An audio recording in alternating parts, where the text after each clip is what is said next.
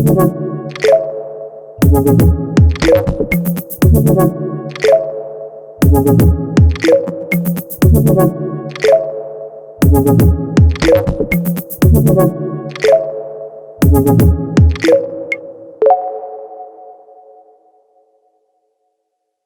this section, now we're going to display the evolution of the data during a period of time to identify the data and the time when the algae are blooming.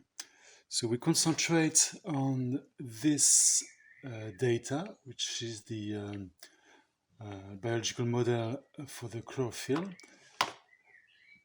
And so we can here see the first layer, which is the January 2018 average, and we want to see how it moves in time until June.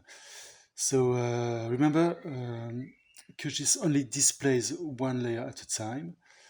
So what we're going to do is to duplicate this layer to be able to see simultaneously, sequentially, the different bands. So here we have the band number 1, which is January, and we are going to duplicate here this layer with the same color palette, and we'll duplicate 10 times. So we have February, March,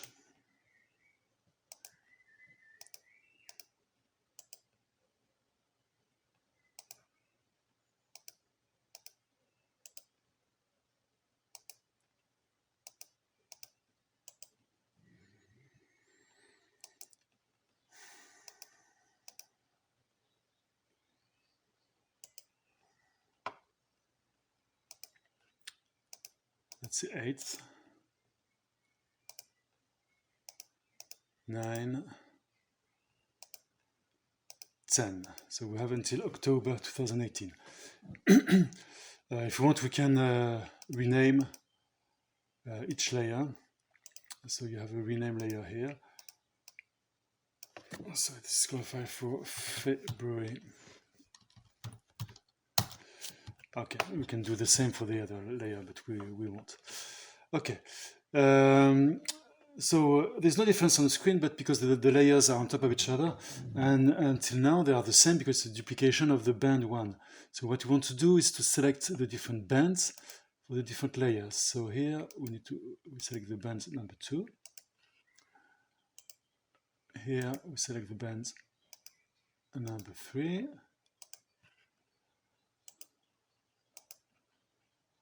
Number 4.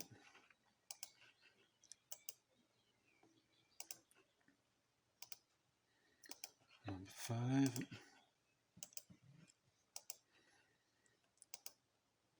6.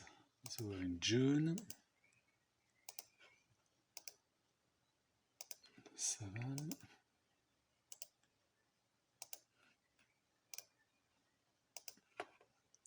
8.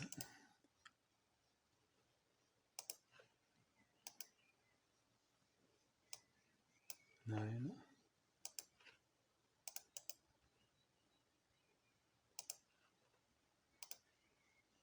10. Okay, we could have gone until December also. Okay, so we still see the same thing, but now we're going to toggle on and off the visibility of the layer. So what we see here is January.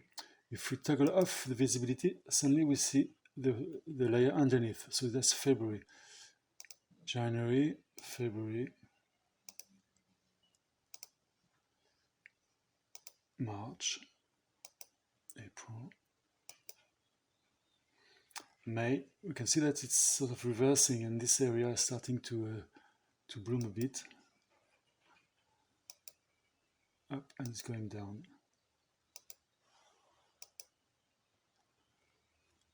Okay, so we can do the other way around. So this October, September, August, July, June. There's a peak here. May, March, etc., etc., until January. So that's the first way to look at it, to see how the data are evolving in time. We saw in the previous section that there is a bloom, an algae bloom in June in the Gulf of Riga. So we'll now focus on this area and this period. So for this we need more data. We're going to put more data into our QGIS project. So first we'll do it at a group here, which we call monthly.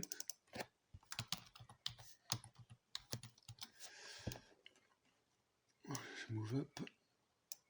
Okay. And we put all the monthly information into this group. Okay, so then we can close it. It's still there, so we can still use the data if we want, but it's not visible. We can deselect it. Okay, and we do the same, and we add a group called daily. Should move up also. And in this group, we're going to add some data. So again, we add a layer. So it's a raster layer, remember, it's from NetCDF. We go to the model, and this time we look at the physical model daily. And we choose this one. Okay, it has different variables. The salinity, the bottom temperature. What we're interested in is the temperature here.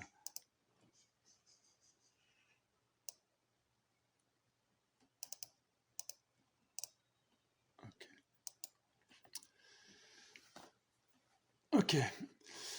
So let's have a look at this data, properties, information. Remember, so here we can see that we have a lot of bands. We have exactly 280 bands. So why is this? Because, okay, it's a daily, so we have time steps. And also we have depth. So we have one band per depth per time steps. So if you multiply this, you get 280 bands. So obviously we are not going to visualize and see all the bands. What we want to look at is the first band, basically, which is in a depth of 1 meter, 1.50 meter deep. Okay, so we choose the band number 1.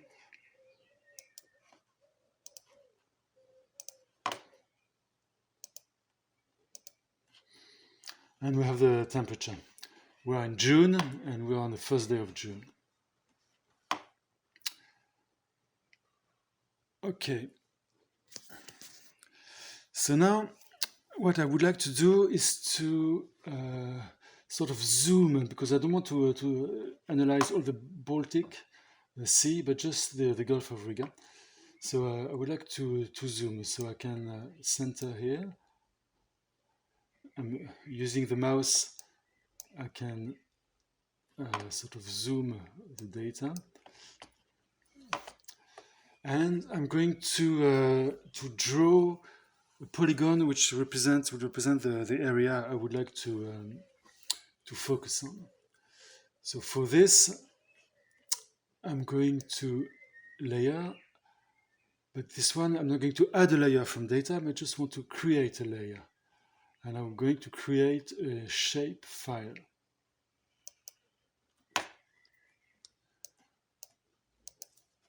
Okay, this is going to be called whatever. Let's put it in the right place. Riga. Okay, this is going to be a polygon, not points. Just a normal polygon. It's also in Lathlon, and that's it. Okay, so I've got this layer. Nothing appears on the screen. What I'm doing now is to toggle editing, so I can edit my layer. And here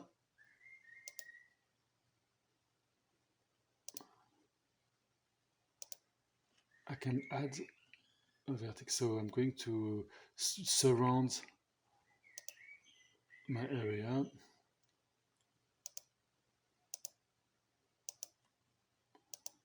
Quickly.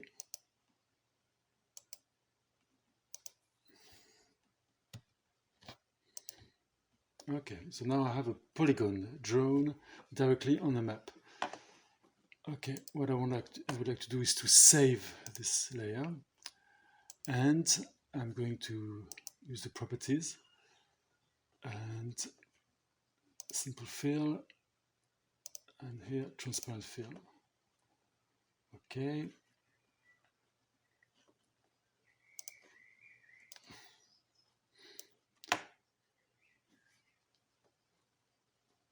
I can choose the line, the color of the line.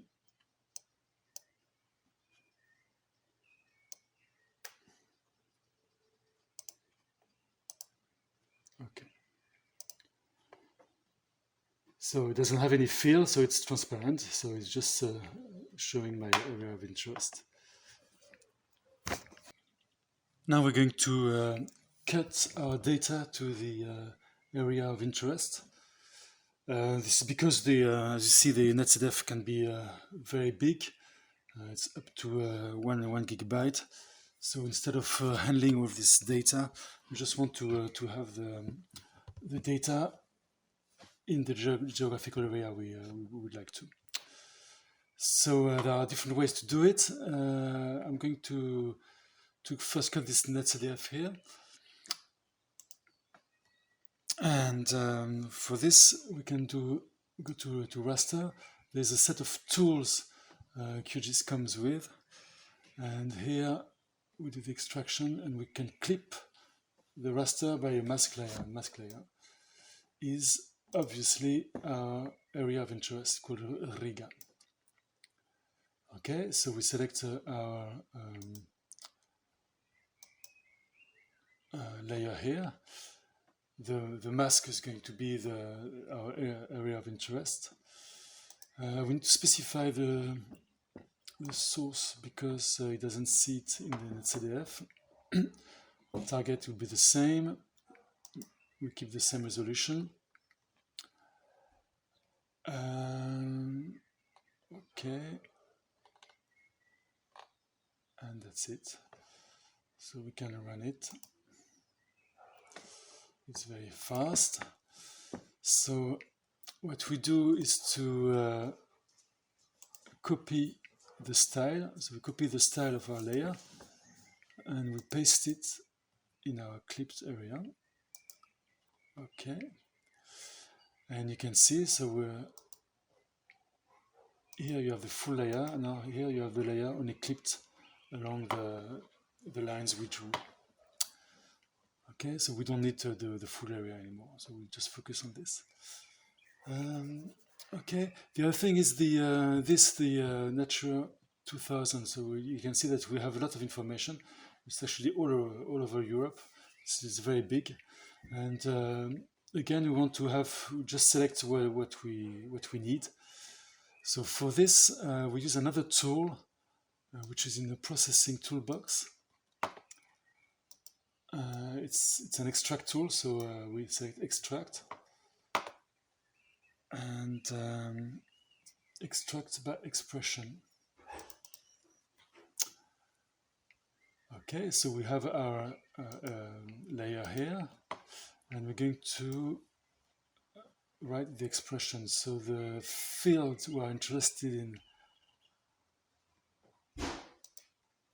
is the country. So we select the country. And the operator is a string operator. And so we want this to be like Latvia. We don't know exactly Latvia. Okay, so the country looks like Latvia. Okay, and it's like this is the like a SQL SQL language. Okay, we have a expression here, and we want to run. Okay, it's pretty fast. So that's interesting. So here we have the natural in green, the Natura 2000, full in Europe, and here just the one around Latvia, and which falls into our area of interest, which is quite interesting as well. Now we have extracted information on the area of interest. So let's go a bit further and look at how we can extract information conditionally according to other information. So I prepared the daily chlorophyll from the model. So we have here a file containing 4 days, so it's daily. And let's look at which day is the maximum. So we do the same as before. So I duplicated the layer. So we have the 1st of June, 2nd of June, 3rd of June, and 4th of June. And let's see which is the best day we can look at. Let's remove this temporarily and look at it. Okay, so this is the 1st of June, 2nd of June, 3rd of June, 4th of June. So we can see we have a peak on the 2nd of June. So this is what we are going to concentrate on. So let's do the 2nd of June analysis. So we're going to extract the area where on the 2nd of June, where the chlorophyll is peaking, according to the sea surface temperature data. So which is here. Okay, as we can see, the resolution of the data is not the same. So the resolution of the observation data is much finer. So we cannot really compare the two. What we have to do first is to do alignment between the data, between the layers. So this is what we're going to do. So we do Raster Align. And here we add the layers we want to align. So first, let's add the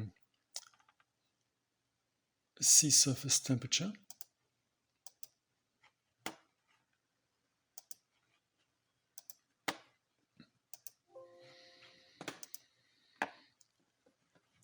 Okay, we have the sea surface temperature layer, and we add the chlorophyll. So we need the second layer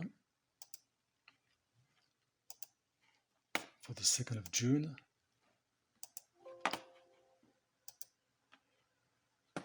Okay, and there will be some resampling, which is some sort of interpolation to align the grid of the two raster, and we use the nearest neighbor resampling method.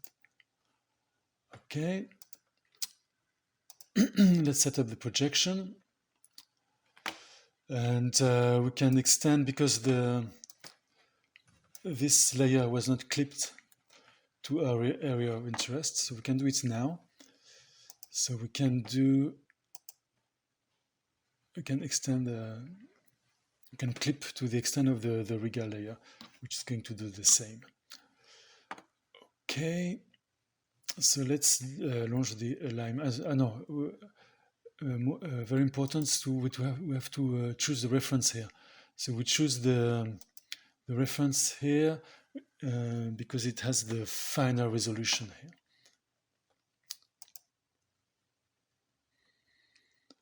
Okay, so now we have are two layers. So let's present it a bit correctly. So here I copy the style and paste it here. Properties.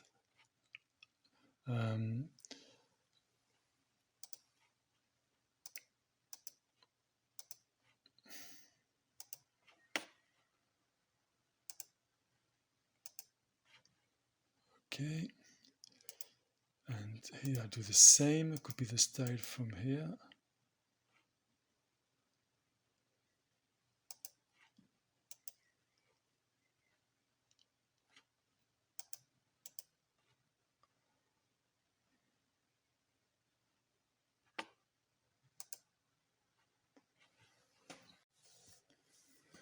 Okay, now we have our two rasters aligned, so the chlorophyll and the SST. And what we're going to do now is to use the raster calculator. This is a very, very powerful tool to be able to do a calculation on rasters. So here we will do a simple one. So we will just get the chlorophyll where the sea surface temperature is above 18 degrees. So we have all the bands here. What we need to do is to select the right band. So it's the band on 57. This is the day number 2. Okay.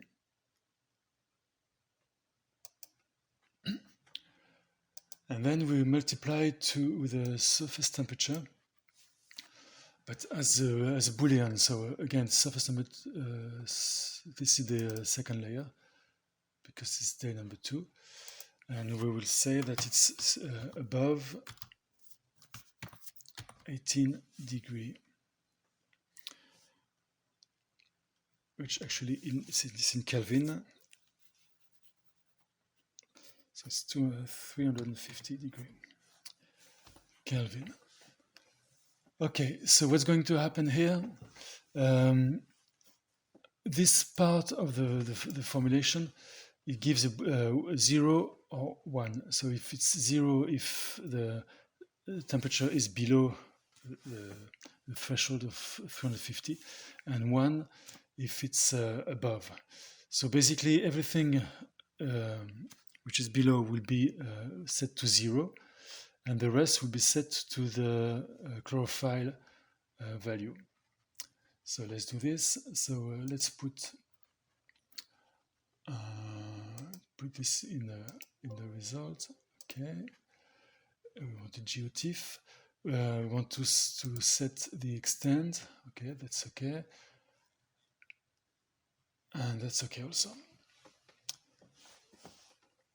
Okay, let's do it.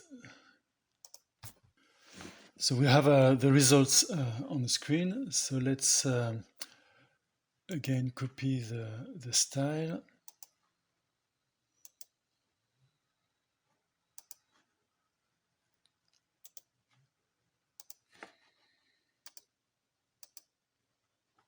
From 0 to 30, let's apply. Okay. Okay, as we said, 0 is when there is no value. So we put 0 as a transparent layer from 0 to 0. Okay.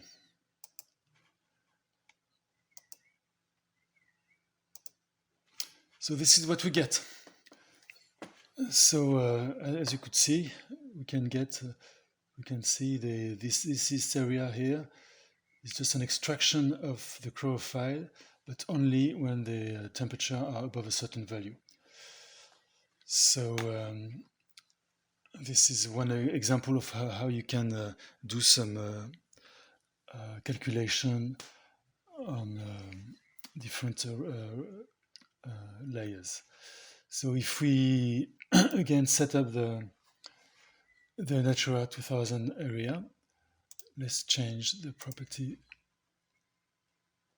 and put transparent fill. Okay, let's zoom on this. Okay, put some background. And here is the result we have. So we can see that in this Natura 2000 area, we have the data we are interested in. So this is the end of the training. Thank you very much for your attention.